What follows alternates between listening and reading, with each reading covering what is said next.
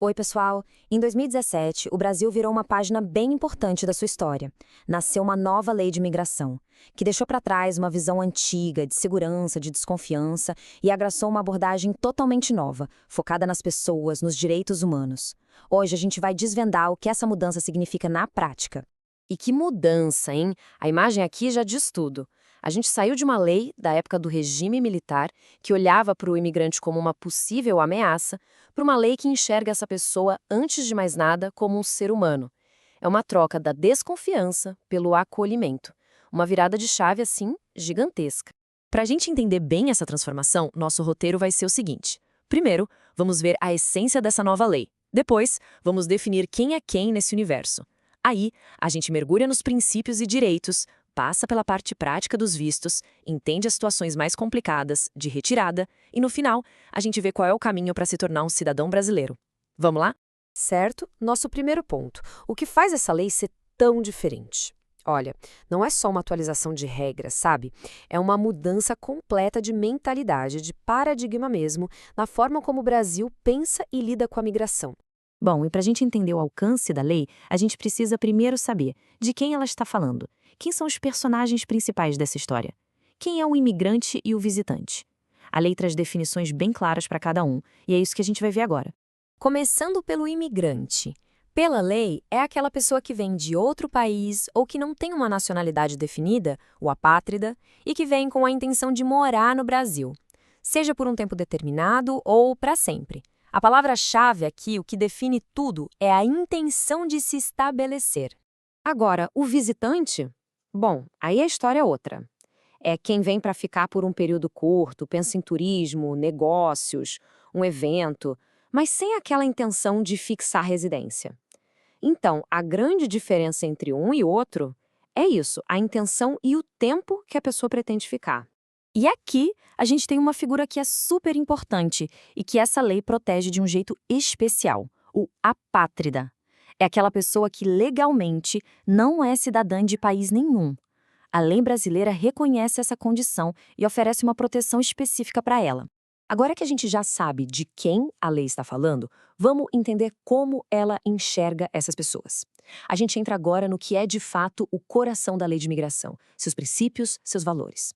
É aqui que aquela mudança de paradigma fica mais nítida. Ok, mas na prática, o que serve de bússola para as decisões do Brasil a partir de agora? Quais são os valores que estão ali na base de toda a política migratória? Olha só, aqui está o DNA da lei.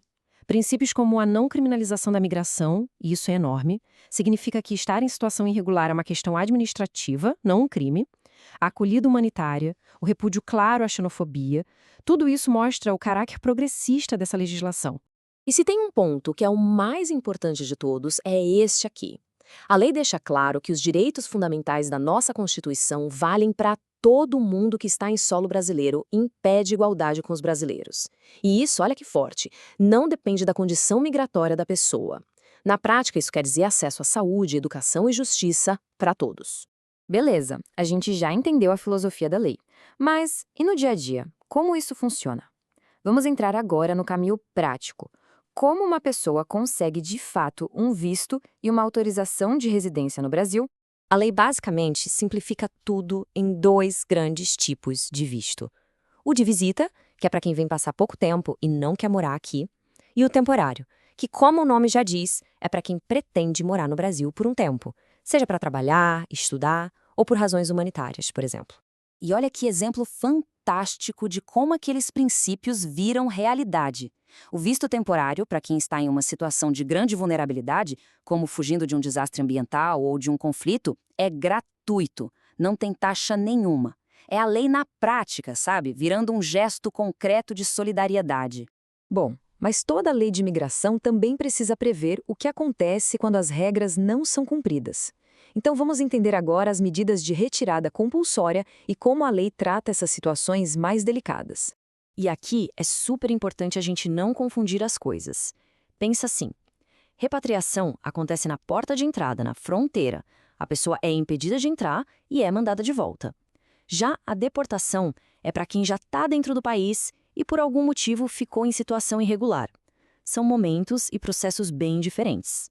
E mesmo nesse momento, que é super delicado, a lei garante um processo justo. A pessoa é notificada pessoalmente e ganha um prazo de no mínimo 60 dias para tentar se regularizar. A ideia é sempre dar uma chance. A retirada é o último recurso mesmo, não é algo arbitrário ou imediato.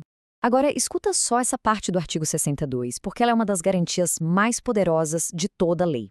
Ela proíbe que o Brasil mande alguém de volta para um lugar onde a vida ou a integridade física dessa pessoa esteja em risco. Isso é uma proteção à vida, uma garantia fundamental do direito internacional.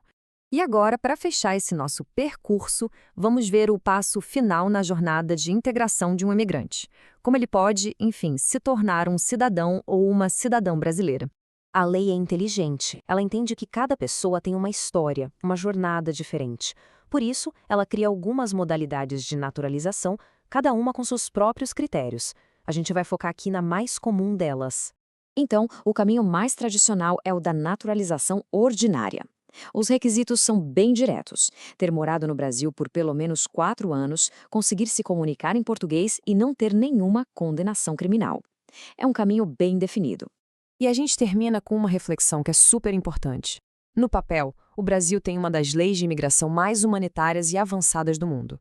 O grande desafio e a pergunta que fica no ar para todo mundo é: como a gente faz para que essa lei, que é tão bonita no papel, se torne uma realidade no dia a dia, em cada fronteira, em cada cidade, para cada pessoa que escolhe o Brasil como seu novo lar?